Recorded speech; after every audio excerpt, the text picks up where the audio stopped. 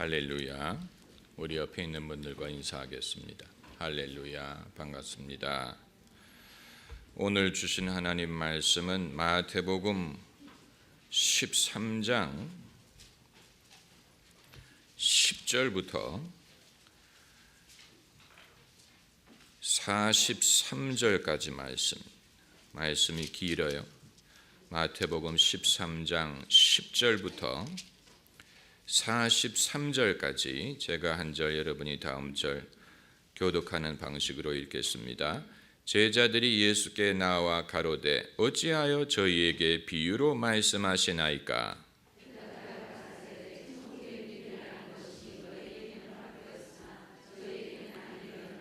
무릇 있는 자는 받아 넉넉하게 되되 무릇 없는 자는 그 있는 것도 빼앗기리라.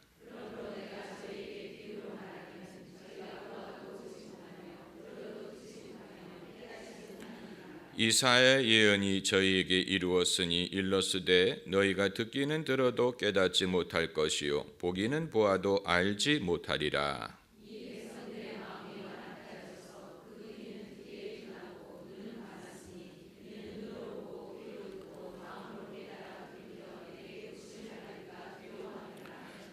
그러나 너희 눈은 봄으로 너희 귀는 들음으로 복이 있도다.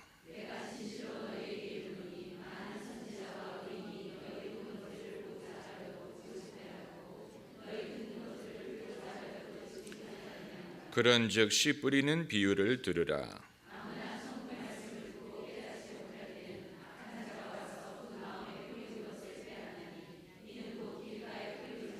돌밭에 뿌리었다는 것은 말씀을 듣고 즉시 기쁨으로 받되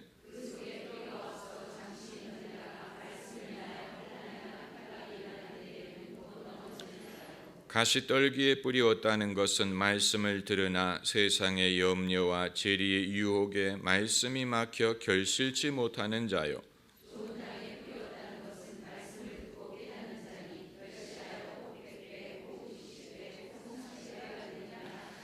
예수께서 그들 앞에 또 비유를 베풀어 가라사대 천국은 좋은 씨를 제 밭에 뿌린 사람과 같으니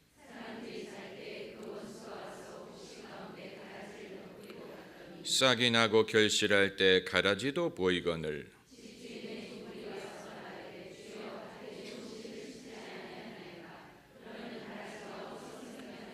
주인이 가로되 원수가 이렇게 하였구나. 종들이 말하되 그러면 우리가 가서 이것을 뽑기를 원하시나이까?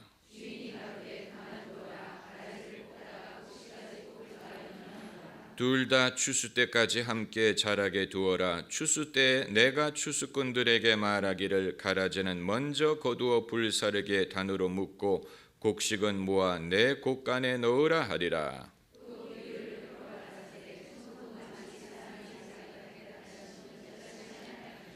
이는 모든 씨보다 작은 것이로되 자란 후에는 나물보다 커서 나무가 되매 공중의 새들이 와서 그 가지에 깃들이느니라.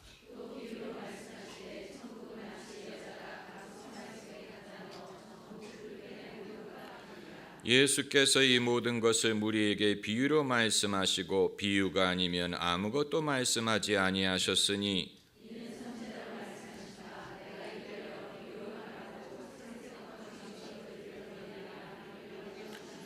이에 예수께서 무리를 떠나사 집에 들어가시니 제자들이 나와 가로되 밭의 가라지의 비유를 우리에게 설명하여 주소서.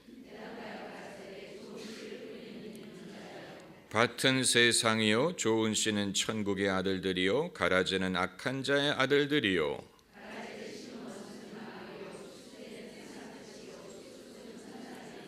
그런즉 가라지를 거두어 불에 사르는 것 같이 세상 끝에도 그러하리라.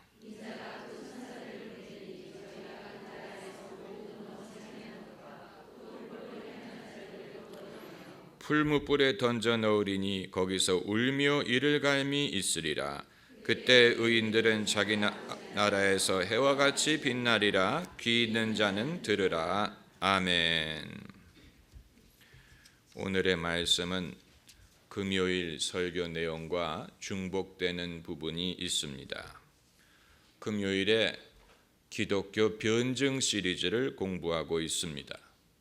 안 믿는 사람이나 의심하는 사람 또는 잘못 알고 있기 때문에 믿지 못하는 사람들에게 바른 신앙을 알려주기 위한 것이 변증 시리즈의 목적입니다. 기독교를 잘못 알고 있는 사람들이 주장하고 있는 것 중에 하나가 원래 예수님은 자기를 믿어야 구원받는다고 가르치지 않았는데 이후에 추종자들에 의하여 추앙을 받아서 하나님의 아들로 추앙이 되고 예수님이 구원을 베푸시는 분으로 여김을 받게 되었다는 것입니다. 그래서 심지어 기독교의 창시자는 예수 그리스도가 아니고 사도 바울이다 이렇게 주장하는 사람들도 있습니다. 그렇게 주장하는 사람들과 우리가 대화를 하기 위해서는 그들이 왜 그렇게 생각하는지를 알고 그들이 납득할 만한 해답을 제공해야 됩니다. 그냥 막무가내로 믿으라고 해서는 아무런 진전이 없습니다. 그리고 실제로 우리가 성경을 읽을 때에도 가끔 느끼는 것은 예수님의 가르침을 읽어보면 예수님은 주로 천국에 대해서 말씀하셨는데 이후에 사도들이 전한 메시지를 보면 천국에 대한 언급이 별로 없고 그 대신 예수님을 가르친 것을 볼 수가 있는 것입니다. 공생의 기간에는 예수님이 천국의 메시지를 전하는 메신저였는데 이후의 사도들에게는 예수님이 메시지가 됐어요. 그들이 전하는 그 메시지의 핵심이 되었다는 것입니다. 이것은 상당히 현저한 변화로서 우리는 그런가 보다 하고 넘어갈 수 있지만 학자들은 여기에 대해서 설전을 벌이는 아주 중요한 부분인 것입니다. 예수님은 그저 천국에 대하여 가르치려고 한 것뿐이었는데 이후에 제자들에 의하여 예수님이 신앙의 대상으로 높임을 받은 것이 아니냐 하는 문제, 이 질문에 대한 해답을 얻기 위해서라도 우리는 예수님의 가르침을 다시 깊이 읽고 연구해 보아야 됩니다. 오늘 우리가 길게 읽은 이 예수님의 대표적인 비유들은 모두가 뭐에 대한 비유입니까? 천국에 대한 비유예요. 그래서 13장 11절을 보면 천국의 비밀을 아는 것이 너희에게는 허락되었으나 저희에게는 아니 되었나니 천국의 비밀을 비유로 말씀하신 것이고 19절을 보면 아무나 천국 말씀을 듣고 깨닫지 못할 때는 천국 말씀이라고 했습니다. 그리고 24절을 보면 예수께서 그들 앞에 또 비유를 베풀어 가라사대 천국은 좋은 씨를 제밭에 부린 사람과 같으니 천국에 대해서 하시는 말씀이고 31절을 보면 천국은 마치 사람이 자기 밭에 갖다 심은 겨자씨 하나 같다. 그 이외에도 33절, 38절, 41절, 43절, 44절, 45절, 47절, 52절에서 예수님은 천국 내지는 하나님 나라를 언급하십니다. 그런데 예수께서 천국에 대해서 말씀을 하실 때 그저 옆에서 지켜보는 자의 입장이라든가 남의 진리를 가져다가 전하는 자의 입장으로 말씀하시는 것이 아니고 어느 누구도 예수님처럼 천국에 대하여 권위 있게 말씀하신 적이 없습니다. 첫째로 예수님만이 이 비밀을 전할 권세가 있음을 말씀하십니다. 왜냐하면 17절에 내가 진실로 너희에게 이르노니 많은 선지자와 의인이 너희 보는 것을 보고자 하여도 듣지 못하였고 너희 듣는 것들을 듣고자 하여도 듣지 못하였느니라. 그런데 그 비밀을 예수님이 말씀하신 것입니다. 그 사실이 시사하는 것은 예수께서 이 모든 선지자들과 의인보다도 더 크신 분이요, 높으신 분이요, 더 큰 권세를 가진 분이라는 얘기. 모세도 말하지 못했고 엘리야도 말하지 못했고 어느 선지자도 말할 수 없고 알지 못했던 것을 예수님이 말씀하셨다는 것은, 예수님이 하나님의 아들이요 하나님의 권세를 가진 분이 아니면 결코 가능하지 않은 것입니다. 그리고 둘째로 천국을 심으시는 분이 예수님이라고 했어요. 37절 말씀에 좋은 씨를 뿌리는 이는 인자요. 인자는 예수님이 당신을 가리킬 때 사용하신 단어입니다. 천국의 씨앗을 누가 뿌리느냐? 인자가 뿌리. 밭은 세상이요 좋은 씨는 천국의 아들들이요 가라지는 악한 자의 아들들이요. 그러니까 세상에는 천국의 아들들도 있고 악한 자의 아들들도 있다는 얘기입니다. 사실 무서운 얘기예요. 누가 천국의 아들이고 누가 악한 자의 아들인지를 어떻게 아느냐? 현재 안 믿는다고 다 악한 자의 아들이나 악한 자의 아들이 천국의 아들로 변할 가능성은 없다는 말이냐? 적어도 이 비유상으로는 이 두 가지가 현저하게 갈라지고 있는 것이죠. 알곡과 가라지가 분명하게 갈라지는 것처럼 천국의 아들들과 악한 자의 아들들이 분명하게 구별이 된다는 얘기인데, 중요한 것은 좋은 씨를 뿌리는 이는 인자예요.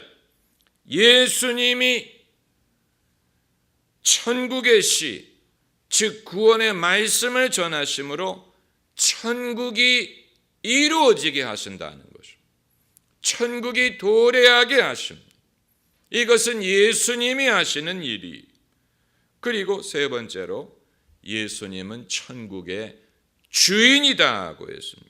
24절 말씀을 보면은 예수께서 그들 앞에 비유를 베풀어 가라사대 천국은 좋은 씨를 제 밭에 뿌린 사람과 같으니. 제 밭에 예수님이 뿌린다고 하셨죠. 뿌리는 이는 인자라고 하셨는데 어디에다가 뿌리시느냐?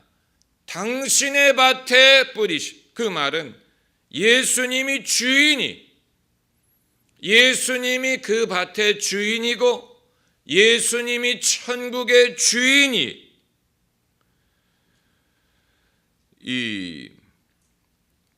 그리고 집 주인의 종들이 와서 말하되, 그게 몇 절에 있습니까? 27절에 집 주인의 종들이 와서 말하되 주여. 그러니까 예수님이 집 주인, 예수님이 집 주인이, 예수님이 천국의 씨를 뿌리시는 것뿐만이 아니고 집의 주인이다고 하셨습니다. 그리고 네 번째는 예수께서 궁극적인 심판을 하신다는 것입니다.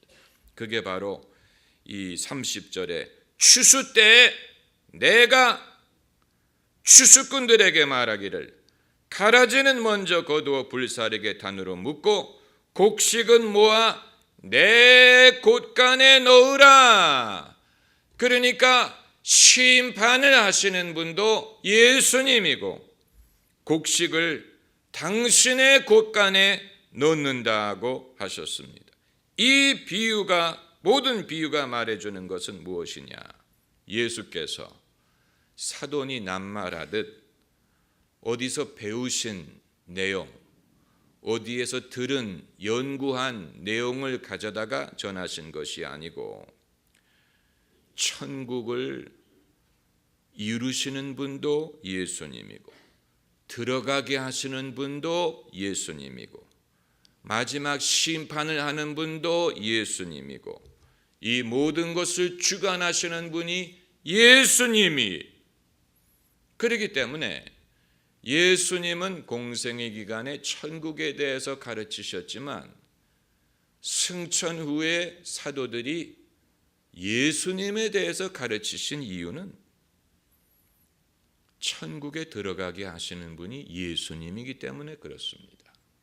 그렇기 때문에 예수님을 전한 것이죠. 예수님을 믿음으로 천국에 들어가는 것이기 때문에 더 온전한 복음이 완성된 것이죠. 예수님이 십자가에서 죽으시고 부활하시고 승천하신 후에 더 온전한 복음의 진리가 주어졌기 때문에 제자들이 예수님을 전한 것입니다.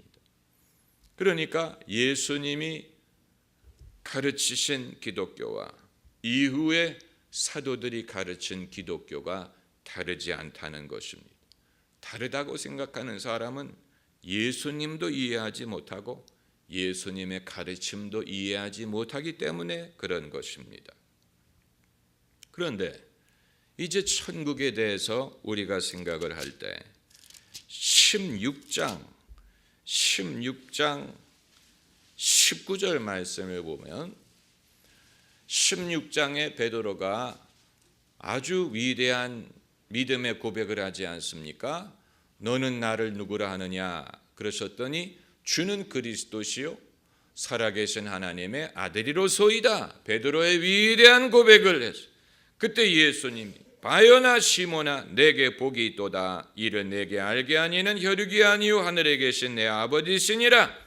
또 내가 내게 이르노니 너는 베드로라. 내가 이 반석 위에 내 교회를 세우리니 음부의 권세가 이기지 못하리라. 그러면서 뭐라고 말씀하시냐면 내가 천국 열쇠를 내게 주리니 내가 땅에서 무엇이든지 매면 하늘에서도 매일 것이요 내가 땅에서 무엇이든지 풀면 하늘에서도 풀리리라.